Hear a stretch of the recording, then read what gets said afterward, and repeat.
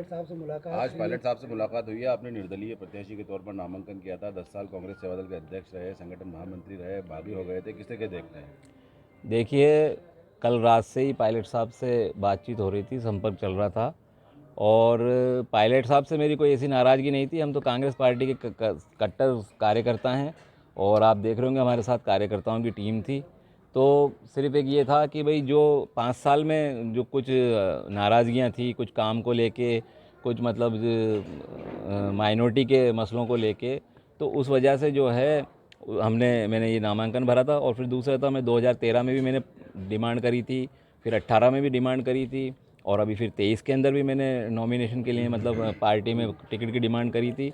तो वो नहीं हो पाई। तो फिर उस हिसाब से हमने देखा कि भाई अब जब अगर सुनवाई नहीं हो रही है तो फिर हमारे कार्यकर्ताओं ने ये कहा कि भाई हमें निर्दलीय जो है प्रत्याशी के रूप में नॉमिनेशन भरना चाहिए। और वो फिर मैंने निर्दलीय जो मेरे कार्यकर्ताओं से, मेरे साथियों से सलाह करके हमने नॉमिनेशन भरा। फिर पार्टी का दबाव था, एआईसीसी की तरफ से ऑब्जर्वर आ गए थे, जयपुर से, दिल्ली से, कई जगह से मेरे पर लोगों ने बात किया, संपर्क किया। फिर ये है क्योंकि अब हमारा मकसद है अशोक गहलोत की सरकार बनाना, और जो अशोक गहलोत की सरकार जन कल्याणकारी योजना करी है, खाली नईम अपोलो का चुनाव में लड़ना, वो लड़ना इम्पोर्टेंट नहीं है।